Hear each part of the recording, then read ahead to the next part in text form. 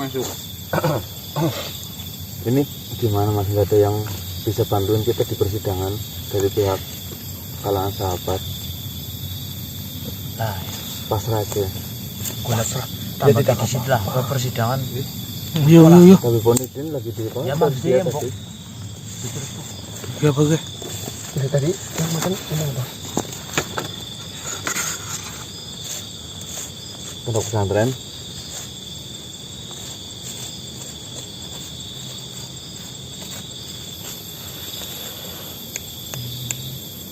Pulang? Apa sih tulisan pulang apa? Oke. P. U. S. Pus. Sa. H. Pusaka. Pusaka. Keong. G. G. Gu. Gu. Gude. A. Gudan. Gudang. Gudang pusaka. Gudang pusaka ini pondok pesantren Bragamaya. Oh iya. Menurut lo, Ya maksudnya nginstruksi ngono ya mending tanam mbok. Siapa tahu yo. anak obat, ada obatnya Mas, gimana sih?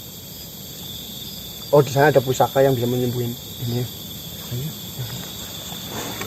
Oke teman-teman, ini kata Mas Ganang itu kita menuju ke gudang pusaka Bragamaya. Oh, aduh banget. Berarti balik gimana? Yang hitung itu. Muter ya. Tapi kan kira nyabrang. Ya udah, kita lanjut ya. Yo.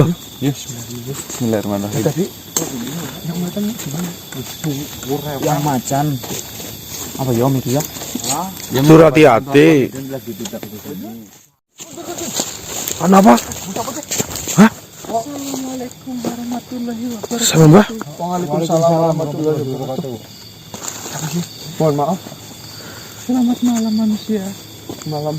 Mohon maaf saya mengganggu perjalanan kalian menuju ke pondok pesantren. Ya, mohon maaf. Sebelumnya dengan siapa ini saya berbicara? Perkenalkan, nama saya Makfiro. Makfiro. Sama dari Kiai Muntosan yang dipun. Oh, salam kenal. Salam kenal. Saya datang kemari untuk meminta maaf kepada kalian. Memangnya ada permasalahan apa kok jenengan datang ke kita meminta maaf? Betul. Karena pembunuhan yang menimpa suami saya, kalian jadi terbawa-bawa dalam permasalahan ini. Jujur saja saya tidak merasa tidak enak hati kepada kalian. Kalian yang bukan dari bangsa kami, kalian yang bukan dari bagian pondok pesantren, tetapi malah ikut terbawa-bawa dalam permasalahan ini. Jujur saja saya sedih. Sedih karena dari kematian suami saya, malah dari kalangan manusia ikut ke bawah-bawah. Sebenarnya saya sudah mengikhlaskan kematian dari suami saya. Akan tetapi mohon maaf manusia, saya benar-benar meminta maaf kepada kalian. Ya, ini semua juga bukan salah dari jenengan juga sih. Ya, mungkin juga salah kami dan juga mungkin ini takdir. Saya pun heran sebenarnya kenapa masalah ini menjadi lebih panjang. Saya pun sebenarnya kan ada yang sudah mengakui bahwasanya yang membunuh suami saya itu adalah Kiai Ambia. Walaupun saya yakin sekali bukan Kiai Ambia pelakunya. Mohon maaf, tunggu sebentar. Kenapa? Jenengan tidak meyakini bahwasanya Kiai Ambiah yang bukan pelakunya. Alasannya jenengan mengatakan seperti itu apa? Saya bukan orang baru di pondok pesantren. Saya cukup lama di pondok pesantren. Saya menemani suami saya dari dia diangkat menjadi ahli waris pondok pesantren sampai dia meninggal. Saya paham betul bagaimana sifat dan karakter dari setiap penghuni pondok pesantren. Saya tahu sekali Kiai Ambia. Dia bukan orang yang seperti itu.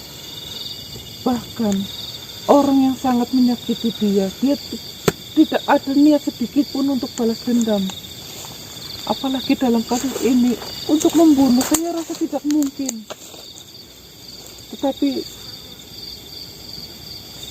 saya menaruh kecurigaan pada beberapa penghuni pondok pesantren, terutama istri kedua dari. Nanti dulu. Kenapa jenengan enggak ngomong sama mereka? Enggak menyampaikan secara langsung. Kalau jenengan punya Kecurigaan itu ya. iya, terus juga kan jenengan sudah lama juga tadi. Biar nggak kepanjangan.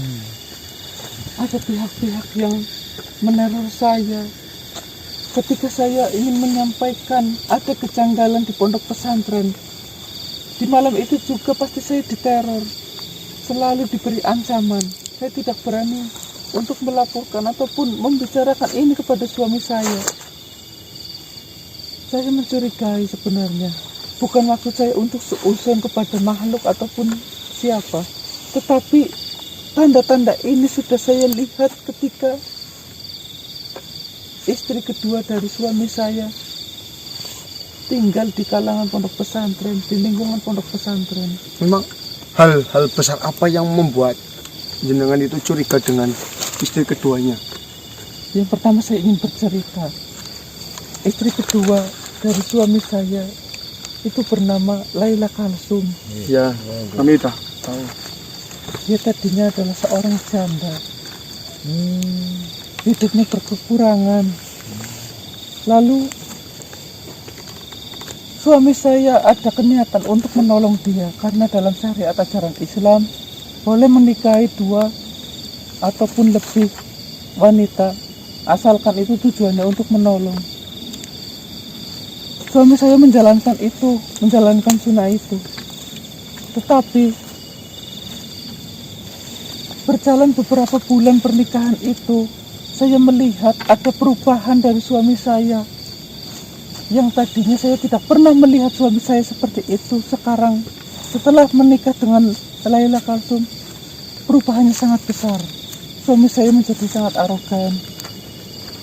Yang tadinya pembagian dari rizki adil itu sekarang tidak adil.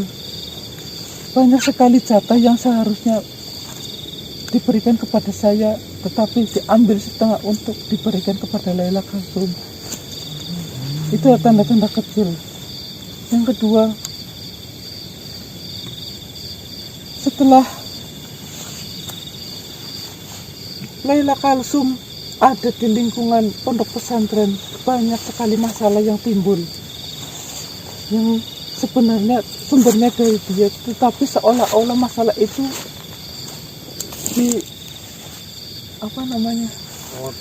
dilempar lagi lempar batu sembunyi tangan kepada santri, kepada dia yang lain. Berarti memang Lalu semenjak hadirnya Laila Kalsum, pasokan makanan untuk para santri di pondok pesantren selalu hilang. ya. Dan saya pernah mendengar kabar bahwasanya ada penjual yang sering menerima beras, pakaian, Ya, mengenai sering menerima beras dari pondok pesantren.